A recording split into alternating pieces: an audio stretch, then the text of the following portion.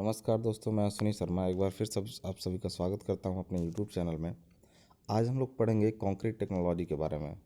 आपके जिस भी सेमेस्टर में हो वो सब्जेक्ट आप ध्यान रखिएगा। आरसीसी नहीं पढ़ रहे हैं हम लोग, अभी पढ़ रहे हैं केवल प्लेन सीमेंट कंक्रीट के बारे में।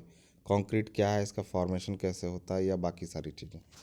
अभी हम आप लोगों को बाकी सारे सब्जेक्ट तो मैं वाइट बोर्ड पे पढ़ा रहा हूँ, लेकिन ये सब्जेक्ट थोड़ा सा लिमिटेड है, छोटा है। इस वजह से हम लोग इसको इसी स्क्रीन पे ही पढ़ लेंगे ताकि काम जल्दी हो जाए और एग्ज़ाम पॉइंट। और दूसरी ज़रूरी बात, जूनियर इंजीनियर की तैयारी के लिए नोट्स बिल्कुल भी नहीं है, क्योंकि उसका पर्सपेक्टिव दूसरा है, वो केवल डेटा बेस्ड होता है, ठीक है ना। इसमें डेटा नहीं है। ये उन बच्चों के लिए ही है जो डिप्लोमा कर रहे हैं अभी, ठीक है। आपको लिखने का तरीका एग्ज़ाम में क्या होना चाहिए, कैसे लिखेंगे कि नंबर अच्छे गेन प्राप्त करेंगे आप, और मतलब एक अच्छा अप्रोच भी रहेगा, नॉलेज भी बढ़ेगी। लेकिन फैक्ट्स ज़्यादा नहीं डालूंगा, कम डालूंगा, ऐसा नहीं कि नहीं रहेंगे। बहुत सारी चीज़ें अच्छी मिलने वाली हैं आपको, लेकिन उतने ज़्यादा फैक्ट्स नहीं डालूंगा जितने जूनियर इंजीनियर में पूछे जाते हैं, ठीक है। तो यहाँ पे ध्यान से सब लोग सुनेंगे इसको। क्या है ये नोट्स जिससे मैं पढ़ा रहा हूँ, यही नोट्स है जो लोग परचेज करते हैं, उनको यही नोट्स दी जाती है। तो देख लीजिए, ये हिंदी माध्यम वाले नोट्स लेके चल रहा हूँ अभी मैं। और अगर इंग्लिश मीडियम में भी है, लेकिन मैं ज़्यादा लोग हिंदी वाले हैं, इस वजह से मैं हिंदी वाली नोट्स से पढ़ा रहा हूँ। और लेकिन नोट्स अवेलेबल दोनों लैंग्वेज में है, ठीक है। तो चलिए यहाँ पर देख लेते हैं हम लोग क्या क्या है चीज़ें, ध्यान से समझिएगा।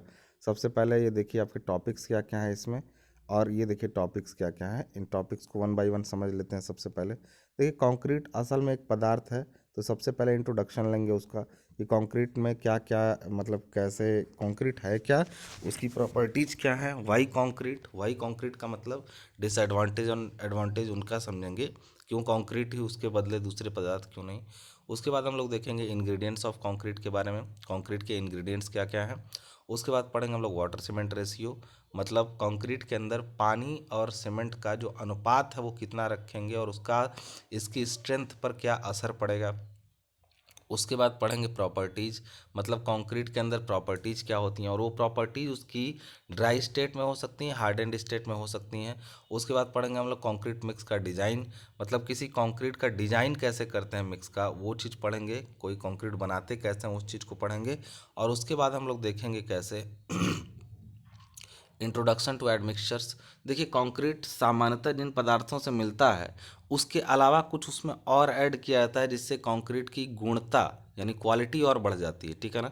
उन पदार्थों को कहते हैं हम लोग एडमिक्सचर्स। तो एडमिक्सचर क्या होते हैं, कौन कौन से होते हैं, और वो कंक्रीट के किन गुणों को सुधारेंगे, वो सब इसमें पढ़ेंगे। फिर special types of concrete, special type concrete का मतलब हुआ कुछ ऐसी कंक्रीट जो दूसरे पर मतलब तरीके से बनाई जाती हैं और उनके गुण कुछ अलग होते हैं। फिर पढ़ेंगे लास्ट में। अच्छा, ये सारा डिटेल जो ऊपर पढ़े ना, वो थ्योरेटिकली कंक्रीट में क्या क्या चेंजिंग करनी है, क्या नहीं करना है, क्या जोड़ना है, क्या घटाना, वो पढ़ें। लेकिन आप कंक्रीट बनाने के दौरान जो चीज़ें करनी है, कंक्रीट बनाने की शुरुआत करें और फिर उसको अंत करें, उनको कहते हैं कंक्रीटिंग ऑपरेशन, यानी कंक्रीटन संक्रियाएं। मतलब शुरुआत कर दीजिए बनाने का, और अंत तक जो प्रोसेस होता है, प्रोसीजर होता है, वो क्या क्या फॉलो होगा, वो है कंक्रीटिंग ऑपरेशंस। और लास्ट में है नॉन डिस्ट्रक्टिव टेस्ट, मतलब अविनाशकारी परीक्षण। इसका मतलब होता है कि कुछ ऐसे टेस्ट कंक्रीट पर किए जाते हैं, जैसे आपने बिल्डिंग मटेरियल पढ़ा होगा तो देखा होगा ब्रिक का कंप्रेशन स्ट्रेंथ किए होंगे। तो एक ईंट की सामर्थ्य जानने के लिए आप उस पर लगातार लोड लगाए होंगे, और एक टाइम के बाद वो ईंट टूट गई होगी। टूटने के बाद वो ईंट खराब हो गई। तो क्या कंक्रीट पर भी इसी तरह टेस्ट, बहुत सारे टेस्ट कंक्रीट पे हैं जिनको करने पर कंक्रीट का सैंपल खत्म हो जाता है, लेकिन कुछ टेस्ट ऐसे भी हैं जो डायरेक्ट कंक्रीट मेंबर पे किए जाते हैं। मेंबर का मतलब होता है जिससे, जैसे छत बन गई, छत पे डायरेक्ट टेस्ट किया जाएगा, वो टूटेगा नहीं, तब भी उसकी काफ़ी सारी स्ट्रेंथ के बारे में वो जानकारी दे देगा आपको। समझ में आ रही बात। तो ये आपके टॉपिक्स थे, ध्यान से एक बार देख लीजिए सब लोग, ये टॉपिक्स हैं। और ये टॉपिक्स को वन बाय वन हम लोग डील करेंगे। यहाँ पर ये जो लिखा गया है नीचे, कुछ ये नोट्स के नीचे कुछ वो बातें लिखी गई हैं कि this is offered by Civil Tech Solution. Notes are effective with YouTube lectures, मतलब ये नोट्स ज़्यादा इफेक्टिव रहेंगे जब आप यूट्यूब लेक्चर लेंगे। हालांकि अभी लेक्चर्स आप सुनते सुनते नोट्स देखें तो बहुत बेटर रहेगा, लेकिन चलिए फिर भी कंक्रीट टेक्नोलॉजी में बहुत सारी चीज़ें नहीं है, और ये तो बेटर ही है, सामने नोट्स भी दिख रही है, लेक्चर भी चल रहा है। और sharing this without permission leads to copyright issues, मतलब इस नोट्स को शेयर करना बिना परमिशन के कॉपीराइट पर ले जाएगा आपको, ठीक है। अब देखिए ये लिखा हुआ है, हालांकि मैंने नहीं लिखा है, लेकिन मैंने जिन्होंने भी लिखा है, आप ध्यान से देखिएगा, बहुत मेहनत से, आपके एकदम सिलेबस को देखिए, किताब मत देखिएगा। किताब देखेंगे तो उसमें बहुत सारी अन्य चीज़ें भी मिलेंगी जानकारी के पॉइंट ऑफ व्यू से। किताब पढ़िए तो उस समय पढ़िए जब आपके पास समय हो। जो एग्जाम टाइम सुन रहे हैं तो केवल देखिए, इसमें अगर आप, पहली बात कि अपना सिलेबस देखना सीखिए। सिलेबस बीटीयूपी या जो भी आपका स्टेट बोर्ड हो, उसके वेबसाइट से आप सिलेबस डाउनलोड करिए। उसमें देखिए हेडिंग्स क्या क्या दी गई हैं, उनको किताब से पढ़िए, क्योंकि हर किताब को लिखने का तरीका राइटर का अलग अलग हो सकता है। लेकिन सिलेबस बहुत लिमिटेड होता है, किसी भी चीज़ का उतना वास्ट नहीं होता है जितनी किताब होती है। तो सिलेबस पहले कंप्लीट करिए, फिर जानकारी के लिए किताब पढ़ते रहिए, ठीक है ना। चलिए कंक्रीट के बारे में बात करते हैं। सबसे ज़रूरी चीज़ जो आपकी हो गई कंक्रीट में, कि कंक्रीट क्या है। तो कंक्रीट एक मिश्रित निर्माण पदार्थ है, मतलब अच्छा, मैं ये की चीज़ हिंदी में भले नोट्स है, लेकिन मैं इंग्लिश वाले लोगों का पूरा आप लेक्चर सुन के देख लीजिए कि आपको समझ में आता है कि नहीं। और रही बात लिखने का तरीका, तो भाई इंग्लिश वाली नोट्स भी अवेलेबल है। कैसे लेना है उसके लिए आप इस वीडियो का डिस्क्रिप्शन बॉक्स चेक करिए कि इंग्लिश वाली नोट्स या हिंदी वाली नोट्स कैसे लेनी है। उसके लिए बनी बनाई नोट्स भी आपको मिल सकती है, कैसे लेनी है उसके लिए डिस्क्रिप्शन बॉक्स चेक करिए। वहाँ व्हाट्सएप नंबर होगा, टेलीग्राम चैनल होगा, वहाँ से आप कांटेक्ट करेंगे तो आपको मिलेगा। फ़ोन किसी को नहीं करना है, कोई भी किसी नंबर पे फ़ोन नहीं करेगा, ठीक है। अब देखिए ज़रा यहाँ पे ध्यान से, सबसे पहले कि कंक्रीट क्या है। कंक्रीट एक मिश्रित निर्माण पदार्थ है जो प्रमुख रूप से एग्रीगेट, सीमेंट और वाटर के सही अनुपात के मिश्रण से तैयार किया जाता है। मतलब एग्रीगेट मतलब होता है गिट्टी या बालू, ये दोनों चीज़ों को एग्रीगेट कहते हैं। सीमेंट आप समझ गए, और पानी, इन सबको मिला के बनाया जाने वाला एक निर्माण पदार्थ है कौन, कंक्रीट। अब ध्यान से समझिएगा, इसका प्रयोग भवनों, बांधों, सुरंगों, पुलों तथा सड़कों को बनाने में किया जाता है। अच्छी बात है। तो चलिए, ये कंक्रीट कहाँ कहाँ यूज होती है आपको पता चल गया। अब हम बात करते हैं इसके इंग्रेडिएंट्स की। इंग्रेडिएंट्स का मतलब क्या होता है कि किन किन चीज़ों से मिल करके ये कंक्रीट बनी हुई है। तो सबसे पहले कुछ बाइंडिंग मटेरियल की ज़रूरत पड़ेगी। बाइंडिंग मटेरियल में आप चाहे तो सीमेंट का कंक्रीट बना सकते हैं, लाइम का कंक्रीट बना सकते हैं, या मड का कंक्रीट बना सकते हैं। मड मतलब होता है गारा या कीचड़, मिट्टी का घोल। लाइम का मतलब चूना, आप जानते हैं। और सीमेंट तो भली भांति परिचित होंगे सब लोग कि सीमेंट एक्चुअली क्या है। दूसरी चीज़ होती है उसमें एग्रीगेट। एग्रीगेट मतलब मिलावा होता है हिंदी में।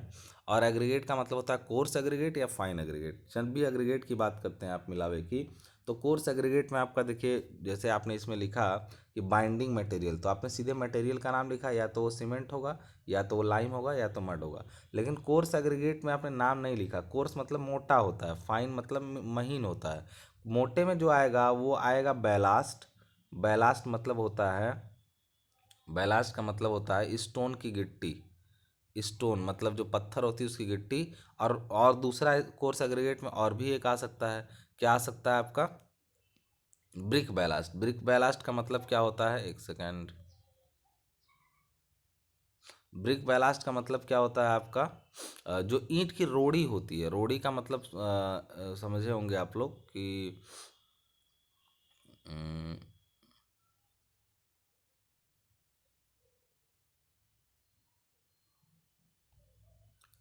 रोड़ी का मतलब आप लोग समझे होंगे कि जो ईंटों को तोड़ तोड़ के बनाई जाती है उसको हम लोग कहते हैं ब्रिक पैलास, ठीक है ना। चलिए, उसका मतलब बहुत इशू नहीं है आपको।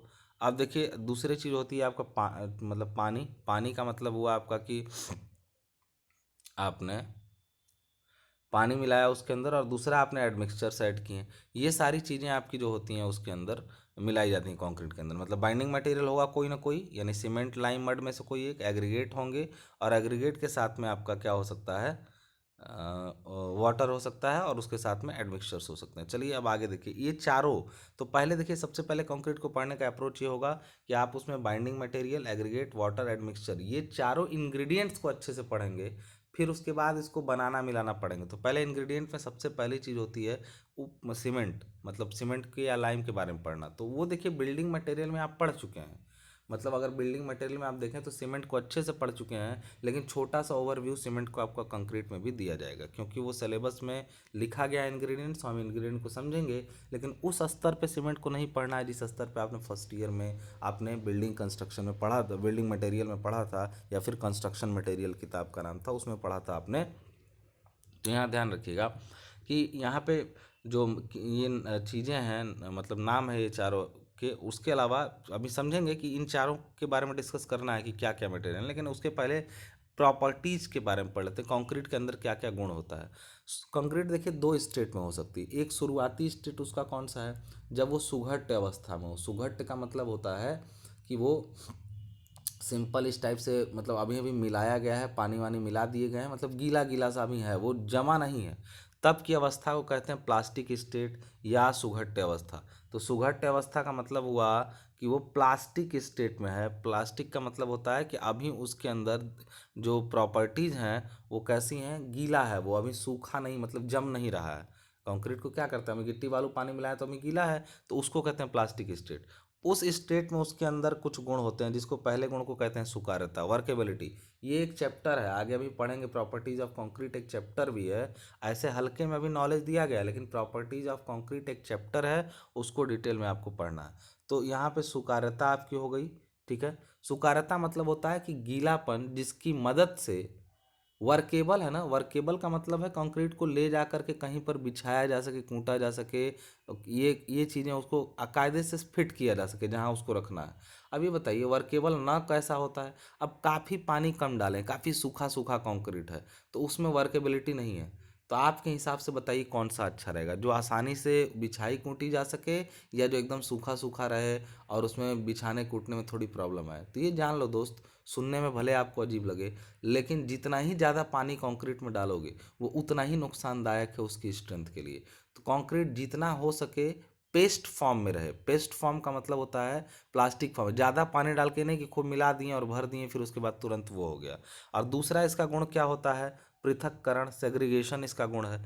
मतलब जब कंक्रीट के अंदर मान लीजिए पेस्ट अच्छा नहीं बना है तो वो उसके अंदर सेग्रीगेशन होगा। सेग्रीगेशन का मतलब होता है अगर कंक्रीट को सपोज करिए कोई मजदूर है, सर पे उठा के ले गया टोकरी में कंक्रीट पैन में, और उसको ऊपर से ही पटक रहा है। पटकते समय हुआ क्या कि जो उसमें गिट्टियां थी बड़ी बड़ी वो नीचे गिर गई, और कंक्रीट में से सीमेंट मसाला चिपका है वो बाद में गिर रहा है, मतलब अलगाव हो गया। मतलब किसमें, coarse aggregate is being separated from total mix. यहाँ पे ध्यान समझिएगा, coarse aggregate is being separated from total mix, this is called segregation of concrete। मतलब कंक्रीट का सेग्रीगेशन क्या है, मतलब देखिए तीनों को मैं इंग्लिश में भी एक्सप्लेन कर दे रहा हूँ, आपका एक चीज़ का ध्यान रखिएगा कि workability is nothing but the easement of compaction placing and transportation. मतलब workability is nothing but the easement, मतलब सरलता, easement of compaction, placement and transportation, मतलब इन सब को करने में जो आसानी हो जाती है उतना ही, जितना वर्केबल कंक्रीट उतनी आसानी से वो बिछ जाएगी। और जितना ही सेग्रीगेशन का मतलब क्या होता है, सेग्रीगेशन मतलब being separated from total mix, मतलब separation of coarse aggregate from total mix. जो मोटा मिलावा होता है उसका पूरे पेस्ट से थोड़ा अलग हो जाना ही क्या कहलाता है, segregation. And the third one is bleeding यानी निस्त्रवण। जब कंक्रीट को आप कहीं पर बिछा देते हैं तो ध्यान रखिएगा, बिछाते समय अगर मान लीजिए आपने कंक्रीट को कहीं डाला, फिर वाइब्रेटर चलाते हैं लोग, वाइब्रेटर अगर ज़्यादा चलाएंगे ना तो पता चलेगा एकदम मोटे मोटे मिलावे नीचे चले जाएंगे, और सीमेंट पानी और बालू का घोल जो है, सीमेंट पानी और बालू का घोल ऊपर आ जाएगा। ऐसे हो जाता है, लगातार एक ही जगह पर वाइब्रेटर चलाइए, अगर आपने कभी कंक्रीटिंग काम देखा है तो महसूस कर पाएंगे कि मतलब सब है उसी में। वाइब्रेटर मतलब होता है जो कंक्रीट को पूरा हिला करके कॉम्पैक्ट कर देता है, संघनन कर देता है। यानी अगर उस, अच्छा इतना इतना ज़्यादा देर तक चला दिए कि बालू सीमेंट पानी का घोल ऊपर आ गया और नीचे गिट्टी बैठ गई, तो उसको कहते हैं कि वो ब्लीडिंग हो रही है, ऊपर पानी वानी उसके ऊपर आ जा रहा है। लेकिन एक चीज़ ध्यान रहे दोस्त, अभी आगे इसमें तो नहीं है ज़्यादा, लेकिन अगर आगे पढ़ेंगे तो ब्लीडिंग एक टर्म है और एक लेटेंसी टर्म है। लेटेंसी का मतलब होता है केवल सीमेंट और पानी का घोल ऊपर आना, जबकि ब्लीडिंग में सीमेंट पानी और बालू तीनों का घोल ऊपर आ जाता है। मतलब ब्लीडिंग का छोटा भाई कह सकते हैं लेटेंसी है। तो ब्लीडिंग भी है, लेटेंसी भी है, ये सब गीली कंक्रीट की प्रॉपर्टी हैं। लेकिन जब हम बात करते हैं कंक्रीट कठोर अवस्था में होती है, कठोर मतलब concrete is in hard and state. कठोर अवस्था का मतलब होता है हार्ड एंड स्टेट, मतलब जब जम जाए तब उस कंडीशन में कंक्रीट के अंदर कौन कौन से गुण होते हैं। देखिए गुण कौन कौन से, सामर्थ्य आ जाती है उसके अंदर, मतलब काफ़ी स्ट्रेंथफुल हो जाता है। इट इज़ ड्यूरेबल नाउ, मतलब इसके अंदर ड्यूरेबिलिटी आ जाती है, ये लंबे समय तक उस सामर्थ्य। देखिए हर कोई मजबूत होता है, लेकिन क्या वो लंबे समय तक मजबूत बना रह सकता है। तो ड्यूरेबिलिटी का मतलब होता है जो भी सामर्थ्य है उसको बनाए रखना लंबे समय तक। अप्रवेश्यता मतलब इम्परमेबल हो जाता है, इसके आर पार पानी नहीं जा सकता है कठोर होने के बाद। और न्यूनतम आकार परिवर्तन मतलब जब एक बार ये कठोर हो जाती है तो बाद में इसके शेप में परिवर्तन बहुत कम होता है, मतलब बहुत कम चेंजिंग आती है इसके अंदर, ठीक है। एक और हेडिंग है, ये सारे जितने हेडिंग है ना सब आपके सिलेबस में है, आप चाहें तो सिलेबस अपना चेक करिए, एक बार अपना सिलेबस खोल के चेक करिए वहाँ से।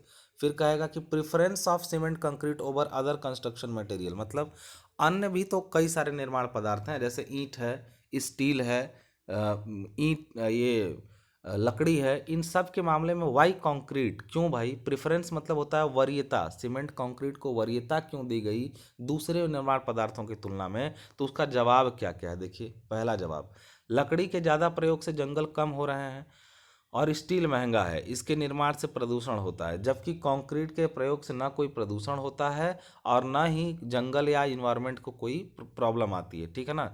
तो इस चीज़ को समझिए कि पहला रीजन ये है कंक्रीट का। दूसरा, यह अन्य निर्माण पदार्थों की तुलना में यह अन्य पदार्थों की तुलना में सस्ता है और आसानी से उपलब्ध होने वाला है, देखिए ये इसका एक बहुत अच्छा प्रॉपर्टी है। तीसरा प्रॉपर्टी इसके अंदर जो पाया जाएगा वह है कि इस्पात और लकड़ी मतलब स्टील और लकड़ी पर पेंट करना पड़ता है ताकि इनका कोरोजन न हो, ऐसा कुछ मतलब नहीं सड़ जाता है लकड़ी, गल जाता है घून से या जंग लग जाती है लोहे पर, but concrete is free from all these things. इन सारे चीज़ों से कॉन्क्रीट काफ़ी क्या है, मुक्त है, मतलब इसके अंदर ऐसी चीज़ें हैं कि पेंट वेंट करने की आवश्यकता इसको नहीं है। अब चौथा इसके अंदर प्रॉपर्टी क्या है, क्यों वरीयता दी गई, सीमेंट कंक्रीट की संरचनाएं अन्य के मुकाबले सस्ती होती हैं, ये बात ऊपर हो चुकी है, हालांकि रिपीटेड है, लेकिन चलिए पॉइंट्स बढ़ाने थे, बंदे ने नोट्स में लिख दिया है। और एग्जामिनर भी आजकल यही एक्सपेक्ट कर रहे हैं कि आप कॉपी भरिए, लेकिन फिर भी ये है कि कई लोग अच्छे होते हैं जो कॉपी पढ़ते भी हैं, वैसे बहुत कम ऐसे टीचर्स हैं। आपकी लिखावट देखिए, हमेशा नंबर पाना है दोस्त, एक सिंपल सी बात समझो, आप अपनी राइटिंग पहले तो सही रखो, जैसे इस नोट्स में लिखी गई है, राइटिंग ठीक है साफ सुथरी तो है लेकिन और सुंदर राइटिंग हो सकती थी, इससे बेटर राइटिंग में लिखिए आप। दूसरी चीज़, जब भी लिखिए ना तो आप ना पहले क्वेश्चंस में एग्जामिनर को इम्प्रेस करिए, क्योंकि वो पहला चीज़ देख लेता है कि आपका लेवल क्या है। आपके नंबर देने पर डिपेंड करता है कि आपका लेवल, और लेवल ये होना चाहिए कि पहले पेज से इम्प्रेस कर दीजिए ताकि आगे ना भी पढ़े वो तो नंबर सब में एक एक नंबर ज़्यादा देते जाए। और उसको इम्प्रेस करने का तरीका है, पहले जो क्वेश्चन बेटर तरीके से आ रहा है उसको खूब अच्छे से लिखिए, फिर आगे अगर आप गलतियां भी करेंगे या खूब घसीट के भी लिखेंगे तो उसको ये लगेगा कि आप प्रेशर में लिखे हैं। और पहले ही पन्ने पे अगर आप गलती कर देते हैं तो हमेशा उसको ये लगता है कि आपका राइटिंग ही वही है, आप बेकार तरीके से काम ही कर रहे हैं। तो हमेशा पहला इंप्रेशन बढ़िया डालिए, जैसे होता कुछ नहीं है इससे, होता यह है कि मान लीजिए आपने पहले पहले नंबर पे जो आपने क्वेश्चन किया उससे अंदाज़ा लग गया, तो अगला क्वेश्चन में अगर उसको कन्फ्यूजन है कि 3 नंबर दें कि 4 नंबर, तो अगर आप पहले कन्फ्यूजन है उसको, तो कन्फ्यूजन में वो मालूम है क्या करेगा, पहला पेज अगर बढ़िया रहा तो वो 4 दे देगा, और अगर आपका पहला पेज खराब रहा तो 3 दे देगा, मतलब यही कन्फ्यूजन हो जाती है, बाकी वैसे ज़्यादा अंतर नहीं होगा। लेकिन थोड़ा थोड़ा नंबर बढ़ के जानते हैं बूंद बूंद से तालाब भर जाता है।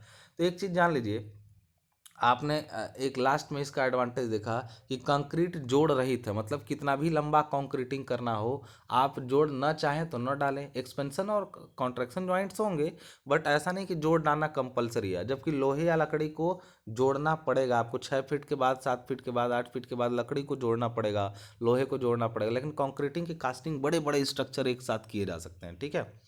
अब प्रॉपर्टीज आपने वाई कंक्रीट आपने समझ लिया, वाई कंक्रीट का मतलब होता है why concrete is preferred to other construction material, मतलब क्यों दूसरे के मुकाबले इसकी वरीयता दी जाती है वो आपने समझ लिया।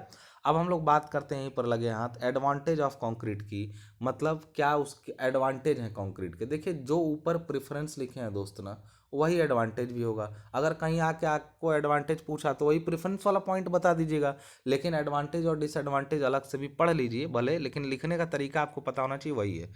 देखिए अन्य भवन पदार्थों की तुलना में लंबे समय तक प्रयोग की जाती है, यह निकट मतलब आसपास में जो मटेरियल अवेलेबल है उन्हीं से बन जाती है।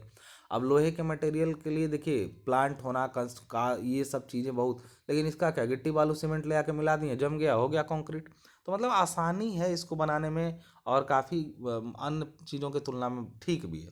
और इसकी संपीड़न सामर्थ्य काफ़ी अधिक है, मतलब दबा के इसको तोड़ना बहुत मुश्किल है।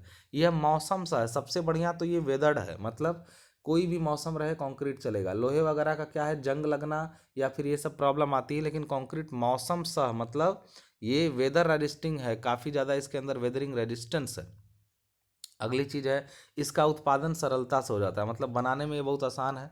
इसे सुघट्य अवस्था में किसी भी आकार में ढाला जा सकता है, मतलब लोहे वगैरह का देखिए बना बनाया शेप आता है, उनको आप जोड़ जोड़ के अपने आकार में ले आते हैं, जबकि कंक्रीट जिस शेप का चाहे उस शेप का आप ढाल सकते हैं।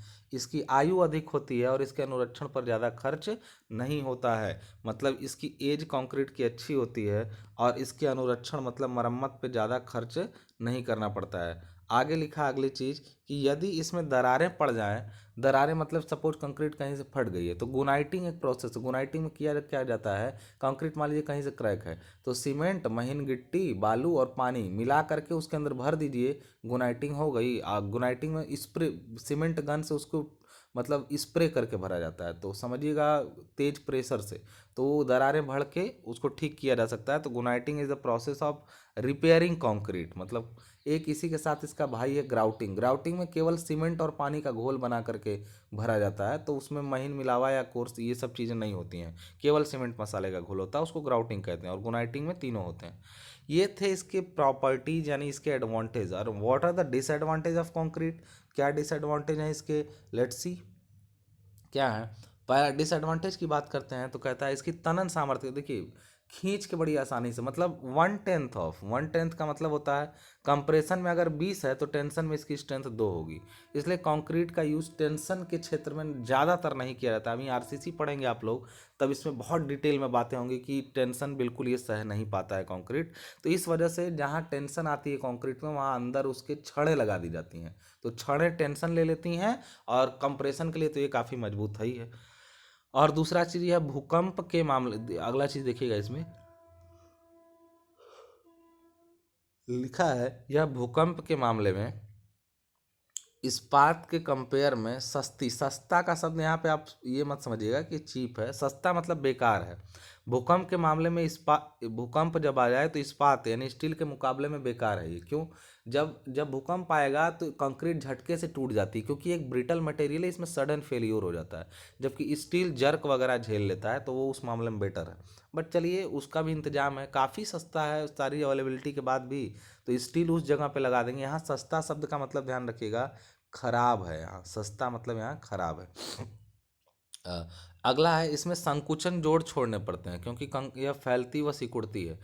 देखिए ये तो सब में होता है, अगर स्टील का भी अगर कोई मेंबर बना है तो वो टेम्परेचर पाके फैलता है और सिकुड़ता है, तो उसके लिए जगह छोड़नी पड़ती है कि फैले तो उसको थोड़ा जगह बची रहे, उसमें वो फैल ले और सिकुड़ ले। इसी टाइप से कंक्रीट को भी देना पड़ता है कि इसमें संकुचन और प्रसार जोड़। इसमें क्रीप की समस्या भी होती है। क्रीप मतलब होता है, देखिए किसी भी पदार्थ का एक गुण जिसके कारण उस पर लगातार अगर लोड लगा हुआ हो तो एक टाइम के बाद ना वो परमानेंटली डिफॉर्म हो जाता है। परमानेंटली डिफॉर्म होने का मतलब होता है किसी पदार्थ, मान लीजिए किसी चीज़ को खींचे हैं और छोड़े वो अपना शेप रीगेन कर रहे, लेकिन खींचे हैं और खींचे हैं काफ़ी लंबे समय तक खींचे रह गए, तो वो उसी शेप का फिर बन जाएगा, उसमें डिफॉर्मेशन परमानेंट हो जाएगी।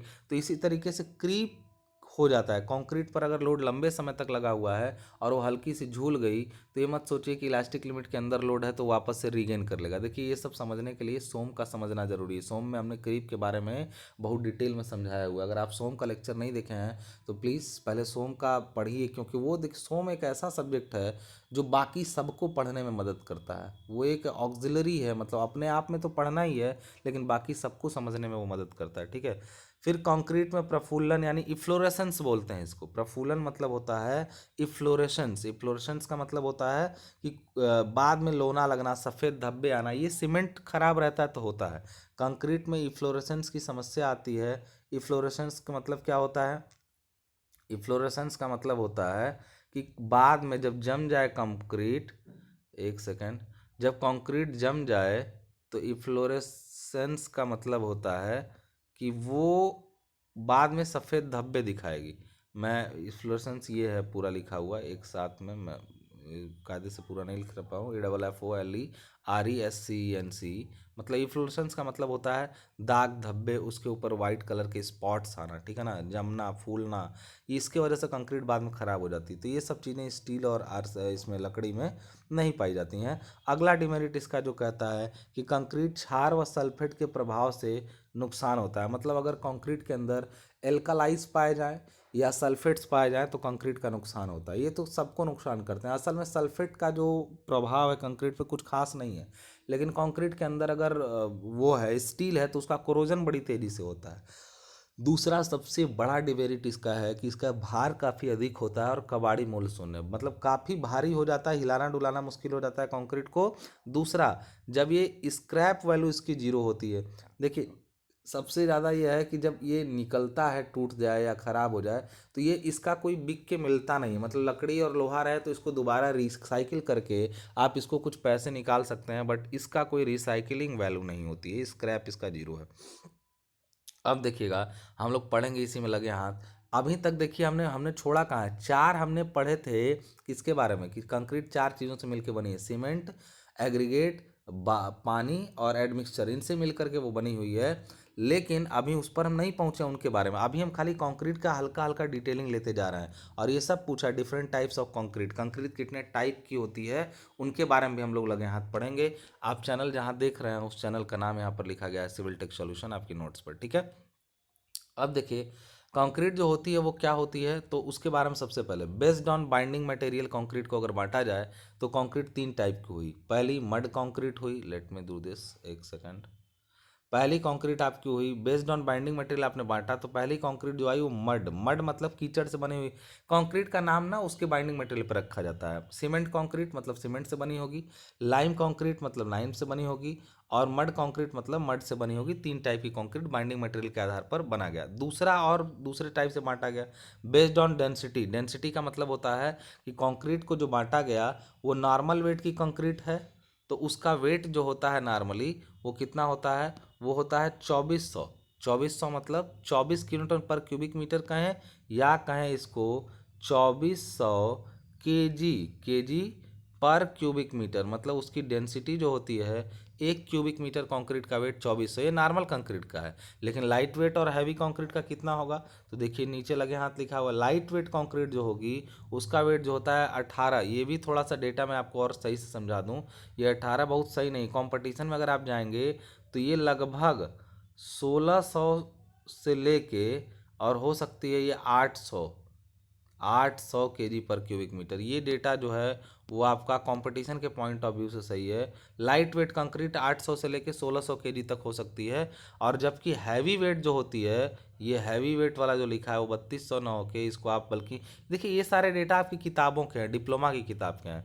लेकिन आगे जाएंगे तो ये 4000 से लेकर के 5000 तक इसका वेट हो सकता है कंक्रीट का, हैवी वेट कंक्रीट का। 4000 से लेके 5000 केजी पर, किताबें अभी तक आपकी जो लिखी जा रही हैं उसमें अपडेट नहीं हुआ है, लेकिन अब हैवी वेट कंक्रीट 4 से 5000 केजी पर क्यूबिक मीटर तक बनाई जा रही है, ठीक है ना।